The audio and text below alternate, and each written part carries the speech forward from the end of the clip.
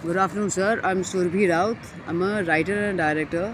I'm currently going through mental and physical harassment by four men based in Himachal, and I have filed FIRs, and I am also seeking a legal aid over it.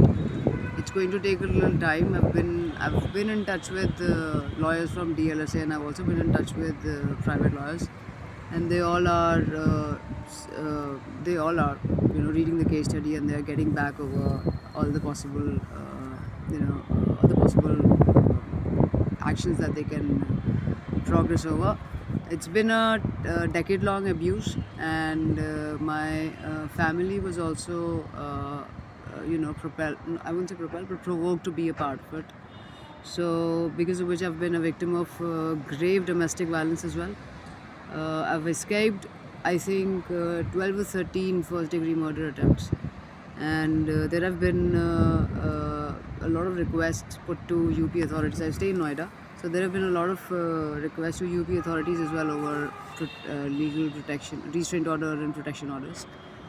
So all of that is in process, and currently I am, restarting my career. I have been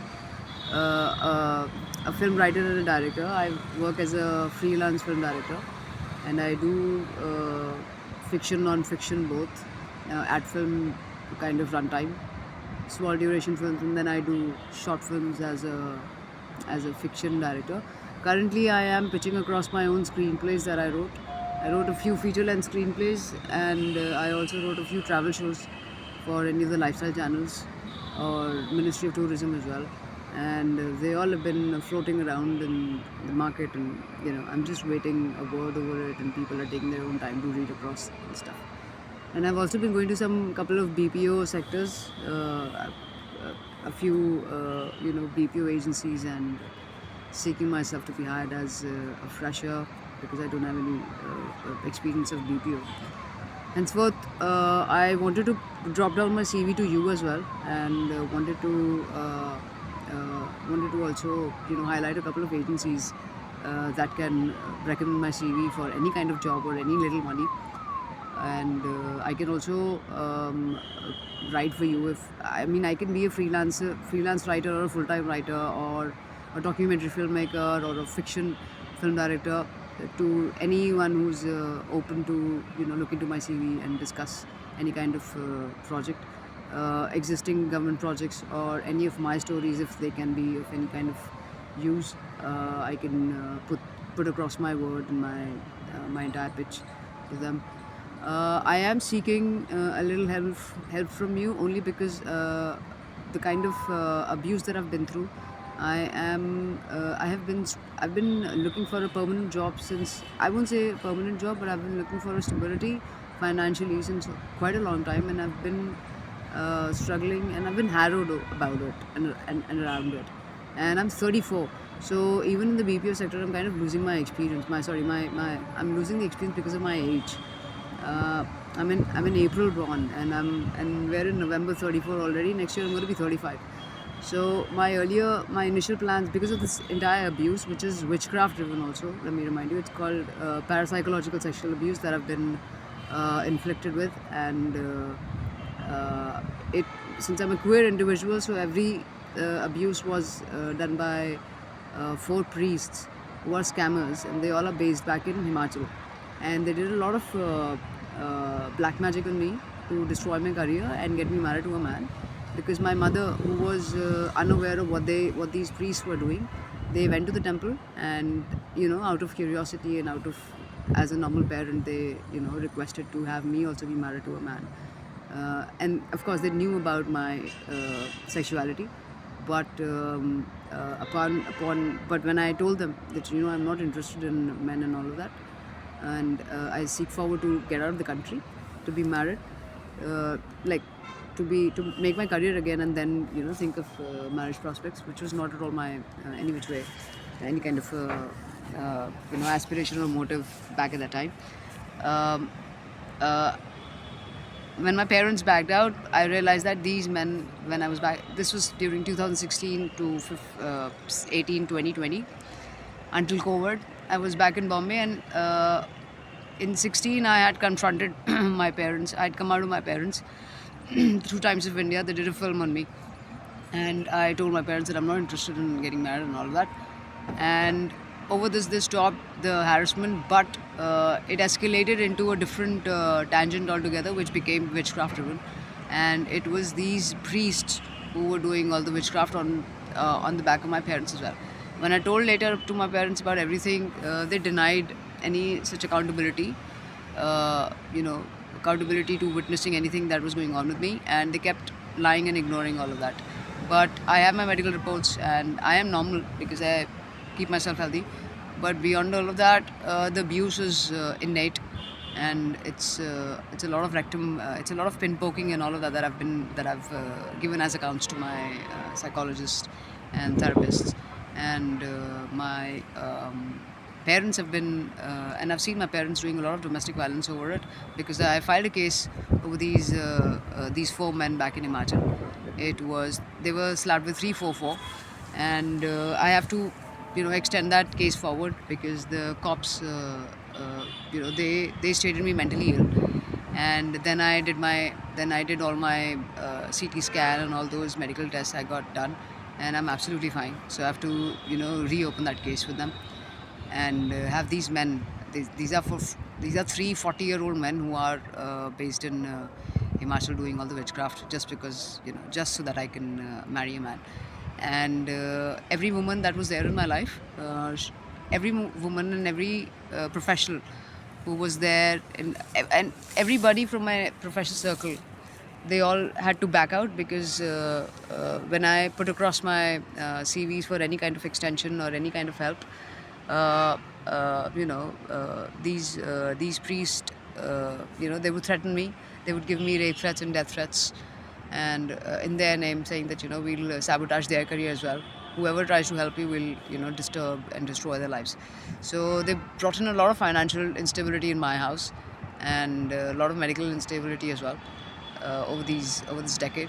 And across all of this, beyond all of this, I kept myself alive somehow, because my father also was somewhere completely I don't know, psychologically disoriented, and he bashed me out for filing the FIR and doing everything that I was doing against these priests. And it was and I mean, it all got decoded as them being a part of that entire nexus, and they wanted to kill me and all of that. And the way I got beaten, and the way I reported to the UP authorities, and how they did not take any kind of action and stuff until the police commissioner would sign a certain application that you have to take an action. Only then shall they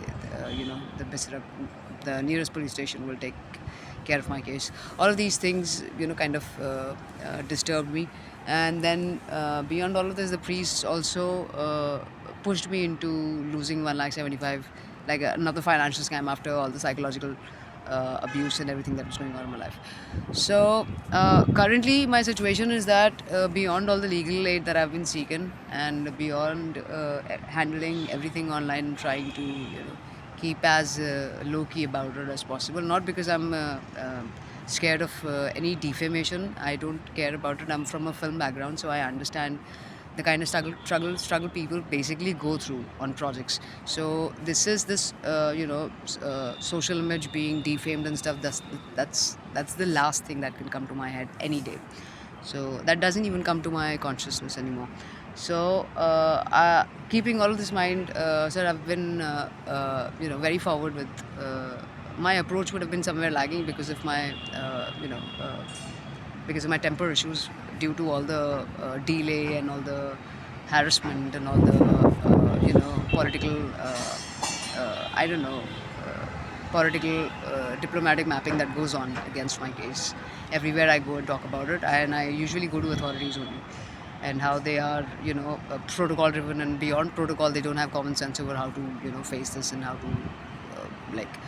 to basically talk to my parents out of it, or how to have me also move on from it. And even when I've moved on completely, I don't have the job over me. So everywhere I go, I'm just basically talking about, if if I could get a little money to get out of the house, because back in the industry, it's getting really. I mean, I have projects that I keep pitching, and they require budgets like 10 crores, 20 crores, and so keeping all of that, and over the abuse, I've lost so much of my time over mapping the entire thing and then putting it across in some kind of a in the and understanding or recognizing those things in the constitution, and then putting it forward to the lawyers and the police and all of that. It's been so much time taking that I've lost my space to back in my industry to mingle with the artist and get my producers on board over the scripts. Plus, I write in English, so pitching across an English language also to a particular channel becomes kind of a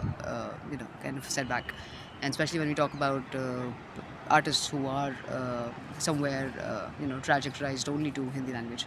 So these have been the struggles to me. Henceforth, I was any of the agencies that I've been going through, be it an ad film agency or be it any channel which is like Discovery, Nat Geo, or any TV lifestyle, and so they all have been they all have their own teams and stuff to look into new pitches or have their creative directors doing their backlogs, directing their backlogs and stuff. So I was just thinking, sir, if I could, I mean, you felt like the last resort. So, and I have also submitted my entire application and my entire case study at the Defense Ministry as well, back at the PMO office, to discuss what can be done with my case. And I've also put an application over there if I could get any little job, and I've put my writing samples in all my directed films, whatever little projects that I did in the CV. So I wanted to discuss with you the same, and seek some kind of some progress or something forward to see what my CV can hold me over, because I still wish to get out of this country and direct my films. I've been writing a lot of feature films in English, and I've written some beautiful action thriller and action dramas, and I wish to pitch all across back in Hollywood. And all of this was going on during I was being abused. So only I understand the trauma that I've invested myself over as an energy to the concepts that I've written, and I don't wish them to be wasted. Therefore, if you can help me with any little job that I can get a little loan over, and probably as a student get out of the country and run around and start myself afresh back into the industry over that side, it'll be great. It'll be a great help, sir. I'm going to drop my CV, and I'm going to drop my CV at the reception. I'm also the link to my CV is on the last page. I don't know how much can you be a help to me, but I can only hope that you can think of something about me as well, and probably put me in a space over your referrals. That's all. Thank you so much.